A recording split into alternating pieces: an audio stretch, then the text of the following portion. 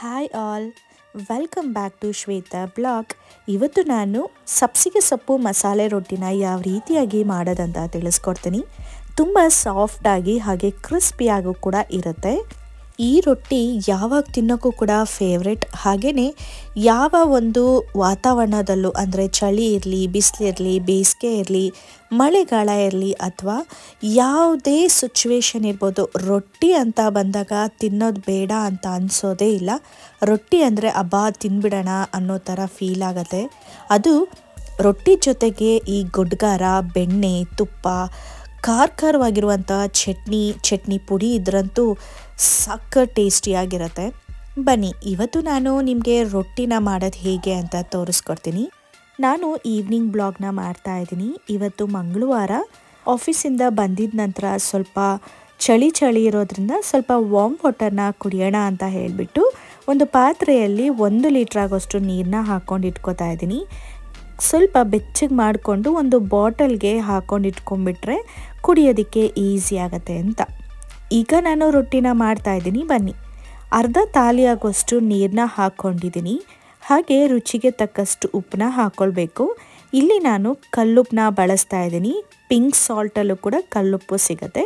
ನೀವು ಬೇಕಾದರೆ ಅಂಗಡಿಯಲ್ಲೂ ಕೂಡ ನೋಡ್ಬೋದು. ಕಲ್ಲುಪ್ಪು ಹಾಗೆ ಪುಡಿಯುಪ್ಪು ಎರಡೂ ಕೂಡ ಪಿಂಕ್ ಸಾಲ್ಟಲ್ಲಿ ಸಿಗುತ್ತೆ. ನಿಮ್ಗೆ ಅಕಸ್ಮಾತ್ ಸಿಕ್ಕಿಲ್ಲ ಅಂದರೆ ಆನ್ಲೈನಲ್ಲಾದರೂ 100% ಸಿಕ್ಕೇ ಸಿಗುತ್ತೆ. ನಾನಿಲ್ಲಿ ಟಾಟಾ ಬ್ರ್ಯಾಂಡದ್ದು ಬಳಸ್ತೀನಿ. ನೀರಿಗೆ 1 ಸ್ಪೂನ್ ಆಗೋಷ್ಟು ಕಲ್ಲು ಪಿಂಕ್ ಸಾಲ್ಟನ್ನು ಬಳಸಿದ ನಂತರ ಕಲ್ಲುಪ್ಪು ಚೆನ್ನಾಗಿ ಕರ್ಕೊಳ್ಬೇಕು. ಅಲ್ಲಿವರೆಗೂ ಹಿಟ್ಟನ್ನು ಹಾಕೊಳ್ಳೋಕೆ ಹೋಗಬೇಡಿ. ನಂತರ ನಾನಿಲ್ಲಿ 1 ಸ್ಪೂನ್ ಆಗೋಷ್ಟು ಅಂದರೆ ಚಿಕ್ಕ ನಾರ್ಮಲ್ ಸ್ಪೂನ್ನ ಬಳಸ್ತೀರಲ್ವ, ಅದರಲ್ಲಿ 1 ಸ್ಪೂನ್ ಆಗೋಷ್ಟು ಅಕ್ಕಿ ಹಿಟ್ಟನ್ನ ಹಾಕ್ಕೊಳ್ಳಿ. ಈ ರೀತಿ ನಾವು ಅಕ್ಕಿ ಹಿಟ್ಟನ್ನ ಹಾಕೊಳ್ಳೋದ್ರಿಂದ ಗಂಟು ಬರೋದಿಲ್ಲ. ಯಾಕಂದರೆ ಅಕ್ಕಿ ಹಿಟ್ಟು ಯಾವಾಗಲೂ ಅಷ್ಟೇ ಗಂಟು ಆಗೋದಿಲ್ಲ. ರಾಗಿ ಹಿಟ್ಟು ಇನ್ನೂ ಗಂಟಾಗ್ಬಿಡತ್ತೆ, ಆದರೆ ಅಕ್ಕಿ ಹಿಟ್ಟು ಗಂಟಾಗೋದಿಲ್ಲ. ಆ ಕಾರಣಕ್ಕೆ ನೀವು ಸ್ವಲ್ಪ ಹಾಗೇ ಸ್ಪ್ರಿಂಕಲ್ ಮಾಡಿಕೊಂಡ್ರೂ ಆಗುತ್ತೆ, ಅಥವಾ ಸ್ಪೂನಲ್ಲಿ ಅಳತೆಯಲ್ಲಿ ಮಾಡ್ತೀನಿ ಅಂದರೂ ಕೂಡ ಓಕೆ. ನೀವು 1 ಸ್ಪೂನ್ ಆಗೋಷ್ಟು ಅಕ್ಕಿ ಹಿಟ್ಟನ್ನು ಹಾಕ್ಕೊಂಡು ಈ ರೀತಿ ಕೈಯಾಡ್ತಾನೆ ಇರಬೇಕು. ಸೊ ಕೈಯಾಡಿದ ನಂತರ ನೋಡ್ಬೋದು ಇವಾಗ ನೀರು ಮಳ್ತಾ ಇದೆ. ಸ್ಟವ್ನ ಆಫ್ ಮಾಡ್ಕೊತಾ ಇದ್ದೀನಿ. ಈಗ ನಾನಿಲ್ಲಿ ಅಕ್ಕಿ ಹಿಟ್ಟನ್ನು ಬಳಸ್ಕೊತಾ ಇದ್ದೀನಿ. ನಾನಿಲ್ಲಿ ಅಕ್ಕಿ ಹಿಟ್ಟನ್ನು 3.5 ಸ್ಪೂನ್ ಆಗೋಷ್ಟು ಹಾಕ್ಕೊಳ್ತಾ ಇದ್ದೀನಿ. ನನಗೆ ಈ ಸ್ಪೂನಲ್ಲಿ 1 ಸ್ಪೂನ್ ಆಗೋಷ್ಟು ಹಾಕ್ಕೊಂಡೆ ಅಂದರೆ 1 ರೊಟ್ಟಿ ಆಗತ್ತೆ ಅಂತ.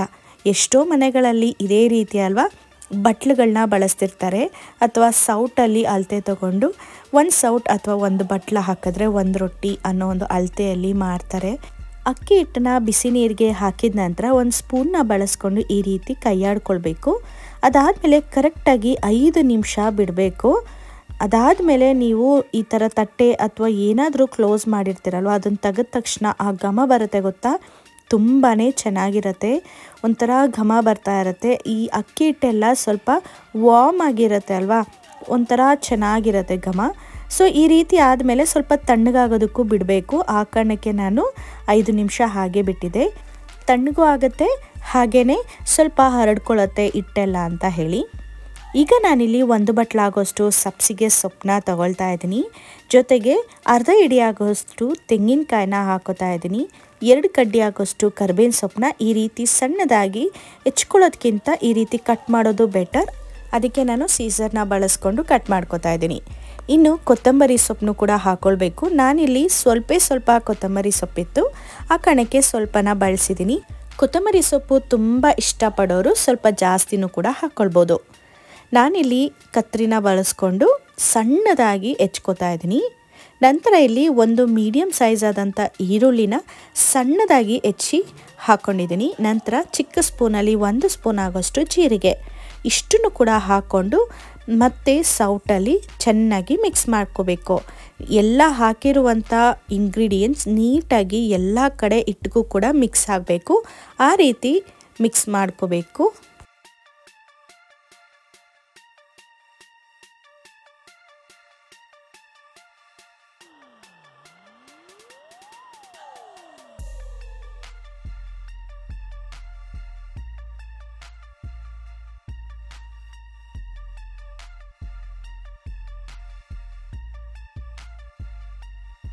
ಇನ್ನು ಮಿಕ್ಸ್ ಮಾಡಿದಾಯಿತು.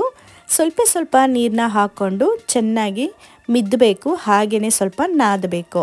ಅಂದರೆ ಚೆನ್ನಾಗಿ ಈ ಚಪಾತಿನೆಲ್ಲ ಚೆನ್ನಾಗಿ ಮಿದ್ದುತ್ತೀವಿ ಗೊತ್ತಾ, ಆ ರೀತಿ ನಾವು ಚೆನ್ನಾಗಿ ಮಿದ್ದಿದ್ರೆ ಸಾಫ್ಟಾಗೂ ಬರುತ್ತೆ. ಹಾಗೆ ರೊಟ್ಟಿ 2 ಲೇಯರ್ ಆಗಿ ಬರೋದ್ರಿಂದ ತಿನ್ನೋದಕ್ಕೂ ಕೂಡ ತುಂಬಾ ಚೆನ್ನಾಗಿರುತ್ತೆ. ನೋಡ್ಬೋದು ಈ ರೀತಿಯಾಗಿ ನಾನಿವಾಗ ರೊಟ್ಟಿ ಹಿಟ್ಟನ್ನ ರೆಡಿ ಮಾಡಿ ಇಟ್ಕೊಂಡಿದ್ದಾಗಿದೆ.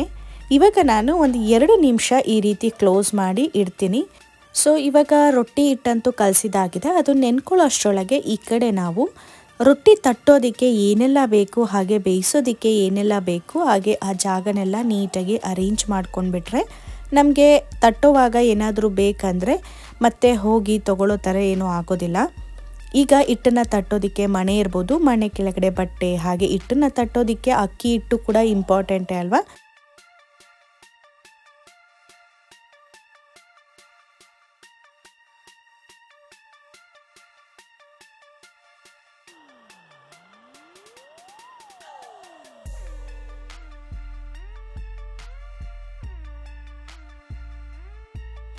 ಇವಾಗ ನಾನು ಹಂಚನ್ನು ಕೂಡ ಕಾಯೋದಕ್ಕೆ ಇಟ್ಕೊಂಡಿದ್ದೀನಿ. ಹಂಚು ಸ್ವಲ್ಪ ಚೆನ್ನಾಗಿ ಕಾಯೋಷ್ಟರೊಳಗಡೆ ಈ ಕಡೆ ನಾನು ರೊಟ್ಟಿನೂ ಕೂಡ ತಟ್ಟಿ ರೆಡಿ ಮಾಡಿ ಇಟ್ಕೋತೀನಿ. ಆವಾಗ ಹಂಚು ಕೂಡ ಎಕ್ಸಸ್ ಆಗಿ ಕಾಯೋದಿಲ್ಲ, ಹಾಗೆಯೇ ನನಗೂ ಕೂಡ ಟೈಮ್ ವೇಸ್ಟ್ ಆಗೋದಿಲ್ಲ. ಸೊ ಈ ರೀತಿಯಾಗಿ ನಾನು ಉಂಡೆನ ಚೆನ್ನಾಗಿ ಇನ್ನೊಂದು ಸತಿ ನಾದ್ಕೊಂಡು ಉಂಡೆನ ಮಾಡ್ಕೋತೀನಿ. ನಂತರ ಸ್ವಲ್ಪ ಅಕ್ಕಿ ಹಿಟ್ಟನ್ನ ಹಾಕೋತೀನಿ. ನಾನು ರಾಗಿ ಹಿಟ್ಟನ್ನ ಬಳಸ್ಕೊಂಡು ಏನಾದರೂ ರೊಟ್ಟಿ ಮಾಡಿದ್ರೆ ರಾಗಿ ಹಿಟ್ಟನ್ನ ಹಾಕೋತೀನಿ. ಹಾಗೆ ಅಕ್ಕಿ ರೊಟ್ಟಿ ಅಥವಾ ಯಾವುದೇ ರೊಟ್ಟಿ ಇರ್ಬೋದು ಮಾಡಬೇಕಾದ್ರೆ ಅದೇ ಆದಂಥ ಪೌಡರ್ನ ಬಳಸ್ಕೊಂಡು ರೊಟ್ಟಿನ ತಟ್ಟೋದು ಒಳ್ಳೆಯದು. ಇವಾಗ ನಾನಿಲ್ಲಿ ಈ ರೀತಿಯಾಗಿ ರೊಟ್ಟಿನ ತಟ್ತಾ ಇದ್ದೀನಿ. ನನಗೆ ಸಬ್ಸ್ಕ್ರೈಬರ್ ಕೂಡ ಕಮೆಂಟ್ ಬಾಕ್ಸಲ್ಲಿ ತಿಳಿಸಿದ್ರು, ರೊಟ್ಟಿನ ನಿಧಾನಕ್ಕೆ ತಟ್ಟೋದನ್ನು ತೋರಿಸಿ, ಸ್ಪೀಡ್ ಮಾಡಬೇಡಿ ಅಂತ ಹೇಳಿ. ಆ ಕಾರಣಕ್ಕೆ ನಾನಿಲ್ಲಿ ಸ್ಟೆಪ್ ಬೈ ಸ್ಟೆಪ್ ತಟ್ಟೋದನ್ನ ಕಂಪ್ಲೀಟ್ ವಿಡಿಯೋನ ಶೂಟ್ ಮಾಡಿಕೊಂಡು ಅಪ್ಲೋಡ್ ಮಾಡ್ತಾ ಇದ್ದೀನಿ. ಎಲ್ಲೂ ಕೂಡ ಸ್ಪೀಡ್ನ ಮಾಡಿಲ್ಲ.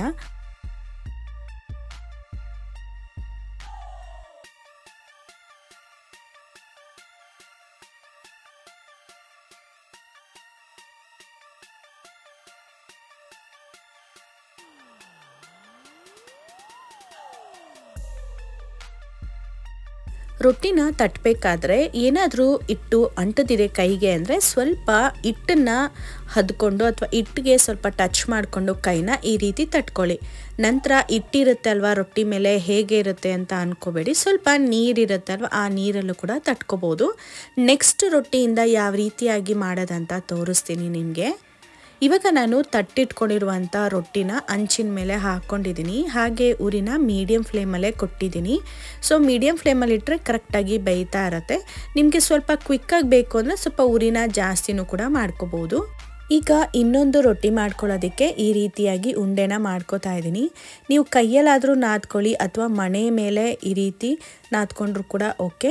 ಒಂದು ಸತಿ ನಾದ್ಕೊಂಡ್ರೆ ಒಳಗೆಲ್ಲ ಸಾಫ್ಟಾಗಿ ಹಾಗೆ ಮೇಲ್ಗಡೆ ಎಲ್ಲ ಕ್ರಿಸ್ಪಿಯಾಗಿ ಬರುತ್ತೆ. ಬಿಸಿ ಬಿಸಿ ರೊಟ್ಟಿ ತಿನ್ನೋಕ್ಕಂತೂ ತುಂಬಾ ಚೆನ್ನಾಗಿರುತ್ತೆ. ಹಾಗೆ ಎಷ್ಟು ಕೊಟ್ಟರು ಕೂಡ ತಿನ್ನೋಣ ಅಂತ ಅನಿಸ್ತಿರುತ್ತೆ, ಅಷ್ಟು ಚೆನ್ನಾಗಿರುತ್ತೆ ರೊಟ್ಟಿ. ನೀವು ಯಾವುದೇ ರೊಟ್ಟಿ ಇರ್ಬೋದು, ರಾಗಿ ಇರ್ಬೋದು, ಜೋಳ ಇರ್ಬೋದು, ಸಜ್ಜಿಗೆ ಇರ್ಬೋದು, ಅಕ್ಕಿ ಇರ್ಬೋದು, ಯಾವುದೇ ಹಿಟ್ಟಿನ ಬಳಸ್ಕೊಂಡು ನೀವು ರೊಟ್ಟಿನ ಮಾಡಿದ್ರೆ ತುಂಬಾ ಟೇಸ್ಟಿಯಾಗಿರುತ್ತೆ, ತುಂಬಾ ಚೆನ್ನಾಗಿರುತ್ತೆ. ಹಾಗೆ ನಾನಿಲ್ಲಿ ಇನ್ನೊಂದು ರೊಟ್ಟಿನ ತಟ್ಟಿ ಇಲ್ಲಿ ನನಗೆ ಅಂಟ್ಕೊತಾ ಇತ್ತು ಕೈಯಲ್ಲಿ. ಹಾಗೆಯೇ ಸ್ವಲ್ಪ ಹಿಟ್ಟನ್ನು ಅದ್ಕೊಂಡು ನಾನು ಹಾಗೆ ರೊಟ್ಟಿನ ತಟ್ಕೋತಾ ಇದ್ದೀನಿ. ಈಗ ರೊಟ್ಟಿ ಮೇಲೆ ಸ್ವಲ್ಪ ಅಲ್ಲಲ್ಲೇ ಪೌಡರ್ ಎಲ್ಲ ಇರುತ್ತೆ ಅಲ್ವಾ, ಸೊ ಆ ಕಾರಣಕ್ಕೆ ಏನು ಮಾಡೋದು, ಅಥವಾ ಬೆಂದಾದ್ಮೇಲೆ ಅಲ್ಲಲ್ಲೇ ಪೌಡರ್ ಇರುತ್ತೆ ಅಲ್ವಾ ಅಂತ ಅಂದ್ಕೊಳ್ಳೋದೇನು ಬೇಕಾಗಿಲ್ಲ. ಆಲ್ರೆಡಿ ಹಂಚಿನ ಮೇಲಿರುವಂಥ ರೊಟ್ಟಿ ಒಂದು ಕಡೆ ಬೆಂದಿದ ನಂತರ ಹಿಟ್ಟು ಹಾಕಿ ತಟ್ಟಿರ್ತೀವಲ್ಲ, ಅದು ಮೇಲಿನ ಭಾಗ ಇರುತ್ತೆ ಅಲ್ವಾ, ಸೊ ಅದನ್ನು ನಾವು ನೀರಲ್ಲಿ ಈ ರೀತಿ ಸರೋಲೇಬೇಕಾಗುತ್ತೆ. ಸೊ ಈ ರೀತಿ ನಾವು ಫಸ್ಟು ನೀಟಾಗಿ ಸರೋಕೊಳ್ಬೇಕು ರೊಟ್ಟಿನ. ಎಲ್ಲೂ ಕೂಡ ಡ್ರೈ ಆಗಿರುವಂಥ ಜಾಗ ಬಿಡಬಾರ್ದು. ನೀರನ್ನು ರೊಟ್ಟಿ ಮೇಲೆ ಸರ್ವೋದಕ್ಕೆ ಏನಾದರೂ ಕೈ ಸುಡುತ್ತೆ ಅಂದರೆ ಒಂದು ಕರ್ಚೀಫ್ನ ಅದಕ್ಕಂತಲೇ ಇಟ್ಕೊಂಡ್ಬಿಡಿ ಅಡುಗೆ ಮನೇಲಿ. ಈ ರೀತಿ ಸರ್ವಿದ ನಂತರ ಇಮ್ಮಿಡಿಯೇಟಾಗಿ ರೊಟ್ಟಿನ ಮರ್ಚಾಕಬೇಕು. ನಂತರ ನನ್ನ ಕೈ ಕೂಡ ನೋಡ್ಬೋದು ನೀರಾಗಿದೆ ಅಲ್ವಾ, ಅದೇ ಕೈಯಲ್ಲಿ ಒಂದು ಸತಿ ರೊಟ್ಟಿನ ಸುತ್ತ ತಟ್ಕೊಳ್ತಾ ಬಂದರೆ ಎಲ್ಲೆಲ್ಲಿ ಹಿಟ್ಟಾಗಿರುತ್ತಲ್ವ ಅಲ್ಲೆಲ್ಲ ಒದ್ದೆ ಆಗುತ್ತೆ. ಹಾಗೆ ಅದೆಲ್ಲ ನೀಟಾಗಿ ಹಿಟ್ಟಿಗೆ ಅಂಟ್ಕೊಳ್ಳೋದ್ರಿಂದ ಎಲ್ಲೂ ಕೂಡ ಪೌಡರ್ ಥರ ಅಥವಾ ಅಕ್ಕಿ ಹಿಟ್ಟು ಬೆಳ್ಳಗೆ ಇರೋದಿಲ್ಲ. ಸೊ ಇದನ್ನು ಕೂಡ ನೀವೊಂದು ಟಿಪ್ ಅಂತಲೇ ಹೇಳ್ಬೋದು. ಸೊ ಮೊದಲನೇ ರೊಟ್ಟಿ ತಟ್ಟಬೇಕಾದ್ರೆ ಮಾತ್ರ ಸ್ವಲ್ಪ ನೀರನ್ನ ತಾಗಿಸ್ಕೊಂಡು ಕೈಗೆ ಸ್ವಲ್ಪ ತಟ್ಕೊಂಡ್ರೂ ಕೂಡ ಆಗತ್ತೆ. ಸೊ ಇವಾಗ ರೊಟ್ಟಿನ ಬೇಯಿಸ್ಬೇಕಾದ್ರೂ ಅಷ್ಟೇ ದಡ ಎಲ್ಲ ಚೆನ್ನಾಗಿ ಬೇಯಬೇಕು, ಇಲ್ಲಾಂದರೆ ಲೂಸ್ ಮೋಷನ್ ಆಗುವಂಥ ಚಾನ್ಸಸ್ ಇರುತ್ತೆ. ಒಬ್ಬೊಬ್ಬರಿಗೆ ಅಂತೂ ಆಹಾರ ಚೆನ್ನಾಗಿ ಬೆಂದಿಲ್ಲ ಅಂದರೆ ಆರೋಗ್ಯ ಹಾಳಾಗ್ಬಿಡುತ್ತೆ, ಅಂದರೆ ಸ್ಟಮಕ್ ಪೇನ್ ಬರೋದು ಅಥವಾ ಮೋಷನ್ ಪ್ರಾಬ್ಲಮ್ ಬರೋದು ಈ ರೀತಿ ಆಗುತ್ತೆ. ನೋಡ್ಬೋದು ರೊಟ್ಟಿ ಎಲ್ಲ ಕಡೆ ಚೆನ್ನಾಗಿ ಬೆಂದಿದೆ. ಹಾಗೆ ಈ ರೀತಿ ಮಚ್ಚಿದಾಗ 2 ಲೇಯರ್ ಇರೋದು ಕೂಡ ಗೊತ್ತಾಗುತ್ತೆ. ರೊಟ್ಟಿ ತುಂಬಾ ಬಿಸಿ ಇತ್ತು, ಆ ಕಾರಣಕ್ಕೆ ಮತ್ತೆ ಅಂಚಿನ ಮೇಲೆ ಹಾಕ್ಕೊಂಡ್ಬಿಟ್ಟೆ. ಇನ್ನು ನಾನು ಹಾಗೆ ಊಟನೂ ಕೂಡ ಸರ್ವ್ ಮಾಡ್ತಾ ಇದ್ದೀನಿ. ಇನ್ನು ತಟ್ಟೆಗೆ ಹಾಕಿ ರೊಟ್ಟಿನ ಕೊಟ್ಟಿದ್ದಾಯಿತು ನನ್ನ ಮಗಳಿಗೆ. ಇನ್ನು ಇವಾಗ ಇನ್ನೊಂದು ರೊಟ್ಟಿನೂ ಕೂಡ ಅಂಚಿನ ಮೇಲೆ ಹಾಕ್ಕೊಂಡು ಹಾಗೆ ಇನ್ನೊಂದು ಅಂದರೆ 3ನೇ ರೊಟ್ಟಿನೂ ಕೂಡ ತರ್ತಾ ಇದ್ದೀನಿ. ಆಲ್ಮೋಸ್ಟ್ ಇಲ್ಲಿ ನನಗೆ 4 ರೊಟ್ಟಿ ಪ್ಲಸ್ ಇನ್ನೊಂದು ಚಿಕ್ಕ ರೊಟ್ಟಿ ಆಯಿತು. ಕರೆಕ್ಟಾಗಿ ನಾನು 3:30 ಸೌಟ್ ಹಾಕಿದ್ರೆ ನನಗೆ ಒಂದು 4 ಅಥವಾ 4:15 ಆಗೋ ಥರ ಆಗುತ್ತೆ. ಒಂದು ಸ್ವಲ್ಪ ದಪ್ಪವಾಗಿ ತೊಗೊಂಡು ಹಿಟ್ಟನ್ನು ತಟ್ಟಿದ್ರೆ ಕರೆಕ್ಟಾಗಿ 3:30 ಈ ರೀತಿ ಆಗುತ್ತೆ. ನಾನಿವತ್ತು ಸ್ವಲ್ಪ ತೆಳುವಾಗಿ ತಟ್ತಾ ಇದ್ದೀನಿ. ಒಂದೊಂದು ಸತಿ ದಪ್ಪವಾಗಿ ತಟ್ಟಿದ್ರೂ ಕೂಡ ರೊಟ್ಟಿ ತುಂಬಾ ಇಷ್ಟ ಆಗುತ್ತೆ. ಆವಾಗ ರೊಟ್ಟಿ ಏನಾಗುತ್ತೆ 2 ಲೇಯರ್ ಆಗಿ ಬರುತ್ತಲ್ವಾ, ತುಂಬ ತೆಳುವಾಗಿ ರೊಟ್ಟಿ ತಿಂದಂಗೆ ಆಗುತ್ತೆ. ಆ ಕಾರಣಕ್ಕೆ ಒಂದೊಂದು ಸತಿ ನಾನು ದಪ್ಪವಾಗಿನೂ ಕೂಡ ರೊಟ್ಟಿನ ತಟ್ಕೊತೀನಿ. ಈಗ ಇಲ್ಲಿ ನೋಡ್ತಾ ಇರ್ಬೋದು, ಹಿಟ್ಟನ್ನ ತಟ್ಟಬೇಕಾದ್ರೆ ನಾನಿಲ್ಲಿ ಸ್ವಲ್ಪ ಅಕ್ಕಿ ಹಿಟ್ಟನ್ನು ಕೂಡ ಮುಟ್ಟಿಸ್ಕೊಂಡು ಅಂದರೆ ಕೈಗೆ ಸ್ವಲ್ಪ ತಾಗಿಸ್ಕೊಂಡು ತಟ್ಕೊತಾ ಇದ್ದೀನಿ. ಸೊ ಈ ರೀತಿ ಏನಾದರೂ ಆಯ್ತಂದರೆ ನೀವು ಗಾಬರಿ ಪಡೋದೇನು ಬೇಕಾಗಲ್ಲ. ಇವೊಂದು ನನ್ನ ಫ್ರೆಂಡು ಕೂಡ ಒಬ್ಬರು ಹೇಳ್ತಾ ಇದ್ರು, ಅವರು ಕೂಡ ರೊಟ್ಟಿನ ತಟ್ಟೋದಕ್ಕೆ ಟ್ರೈ ಮಾಡಿದ್ದಾರೆ. ಆದರೆ ಅವ್ರಿಗೆ ನಮ್ಮ ಕಡೆ ಮಾಡುವಂಥ ರೊಟ್ಟಿ ಬಂದಿಲ್ಲ ಅಷ್ಟು ಚೆನ್ನಾಗಿ. ಹಾಗೆ ಅವರು ನಾರ್ತ್ ಕರ್ನಾಟಕ ಆಗಿರೋದ್ರಿಂದ ಜೋಳದ ರೊಟ್ಟಿ ಅಂತೂ ತುಂಬ ಚೆನ್ನಾಗಿ ಹಾಗೆ ತುಂಬ ತೆಳುವಾಗಿ ತಟ್ತಾರೆ. ನನ್ನ ಹಸ್ಬೆಂಡ್ಗಂತೂ ಅವ್ರು ಮಾಡುವಂಥ ಪಲ್ಯ ಹಾಗೆ ಅವ್ರು ಮಾಡುವಂಥ ಜೋಳದ ರೊಟ್ಟಿ ಅಂದರೆ ತುಂಬಾ ಇಷ್ಟಪಡ್ತಾರೆ. ಮುಂಚೆ ನಮ್ಮ ಮನೆ ಹತ್ರನೇ ಇದ್ದರು, ಆದರೆ ಇವಾಗ ಸ್ವಲ್ಪ ದೂರ ಇದ್ದಾರೆ, ಅಂದರೆ ಬೇರೆ ಕಡೆ ಮನೆ ಮಾಡಿದ್ದಾರೆ. ಮುಂಚೆ ನಮ್ಮ ಮನೆ ಹತ್ರ ಇದ್ದಾಗ ಅಂತೂ ನಾವು ಯಾವಾಗಲೂ ಅವ್ರ ಮನೆಗೆ ಹೋಗ್ತಾಯಿದ್ವಿ, ರೊಟ್ಟಿ ತಿನ್ನೋದಕ್ಕೆ ಅಂತಲೇ ಹೋಗ್ತಾಯಿದ್ವಿ, ಅದು ಎಕ್ಸ್ಪೆಷಲಿ ಜೋಳದ ರೊಟ್ಟಿ. ಆದರೆ ನಾರ್ತ್ ಕರ್ನಾಟಕದವರಿಗೆ ನಮ್ಮ ಕಡೆ ತಟ್ಟೋ ಥರ ರೊಟ್ಟಿ ಬರೋದಿಲ್ಲ. ಹಾಗೆಯೇ ನಾನು ಇವಾಗ ನಾರ್ತ್ ಕರ್ನಾಟಕ ಕಡೆ ತಟ್ಟೋ ಥರ ನಾನು ತಟ್ಟೋದಕ್ಕಾಗಲ್ಲ, ಅಷ್ಟು ತೆಳುವಾಗಂತೂ ಬರೋದೇ ಇಲ್ಲ. ಅವ್ರು ಎಷ್ಟು ಚೆನ್ನಾಗಿ ತಟ್ತಾರೆ ಅಂದರೆ ಬರೀ ಅಂಗೈನ ಬಳಸ್ಕೊಂಡು ತಟ್ತಾರೆ, ಶಬ್ದ ಜೋರಾಗಿ ಬರ್ತಾ ಇರುತ್ತೆ, ಹಾಗೆ ರೊಟ್ಟಿನೂ ಕೂಡ ಎಷ್ಟು ಅಗಲ ಆಗ್ತಾ ಇರುತ್ತೆ. ಇನ್ನು ನಾವು ರೊಟ್ಟಿ ತಟ್ಟೋದು ಬೆರಳುಗಳಲ್ಲಿ, ಅಂಗೈಯಲ್ಲಿ ಅಲ್ಲ. ಆದರೆ ನಾರ್ತ್ ಕರ್ನಾಟಕ ಕಡೆ ಅಂಗೈಯಲ್ಲಿ ತಟ್ತಾರೆ, ತುಂಬ ಚೆನ್ನಾಗಿ ತೆಳುವಾಗಿ ತರ್ತಾರೆ, ಅದು ಕೂಡ ತುಂಬ ಚೆನ್ನಾಗಿರುತ್ತೆ. ನಾನು ಕೂಡ ಒಂದೊಂದು ಸತಿ ಜೋಳದ ರೊಟ್ಟಿನ ಮಾಡ್ತೀನಿ, ಆದರೆ ನಮ್ಮ ಕಡೆ ಮಾಡ್ತಾರಲ್ವ ಆ ರೀತಿಯಾಗಿ ಮಾಡ್ತೀನಿ ಹೊರತು ಅವ್ರ ಕಡೆಯಾಗಿ ತುಂಬ ತೆಳುವಾಗಿ ತಟ್ಟೋದಕ್ಕಾಗೋದಿಲ್ಲ.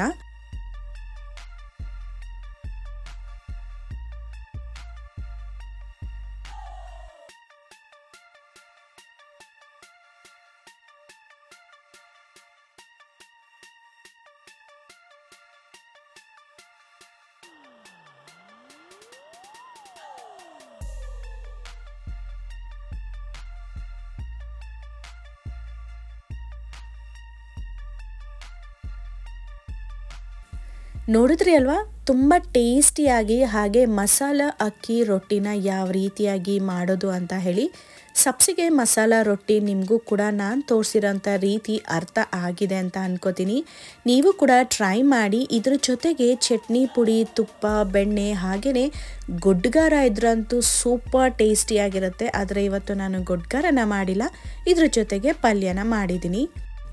ನಿಮಗೆ ನಾನು ತೋರಿಸಿರುವಂಥ ಸಬ್ಸಿಗೆ ಸೊಪ್ಪಿನ ಮಸಾಲೆ ಅಕ್ಕಿ ರೊಟ್ಟಿ ಇಷ್ಟ ಆಯಿತು ಹಾಗೆ ಟ್ರೈ ಮಾಡಿದರೆ ಕಮೆಂಟ್ ಬಾಕ್ಸಲ್ಲಿ ತಿಳಿಸಿ. ಈ ವಿಡಿಯೋ ಇಷ್ಟ ಆಯ್ತು ಅಂದರೆ ಪ್ಲೀಸ್ ಒಂದು ಲೈಕ್ನ ಕೊಡಿ. ಸಬ್ಸ್ಕ್ರೈಬ್ ಮಾಡದೆ ನೋಡ್ತಾ ಇದ್ರಂದರೆ ದಯವಿಟ್ಟು ಸಬ್ಸ್ಕ್ರೈಬ್ ಆಗಿ ಬೆಲ್ ಐಕನ್ನ ಕ್ಲಿಕ್ ಮಾಡಿ ಅಂತ ಹೇಳ್ತಾ ಈ ವಿಡಿಯೋನ ಮುಗಿಸ್ತೀನಿ. ನೆಕ್ಸ್ಟ್ ವಿಡಿಯೋದಲ್ಲಿ ತುಂಬ ಟೇಸ್ಟಿಯಾದ ರೆಸಿಪಿ ಜೊತೆಗೆ ಸಿಗ್ತೀನಿ. ಅಲ್ಲಿವರೆಗೂ ಟೇಕ್ ಕೇರ್, ಬಾಯ್.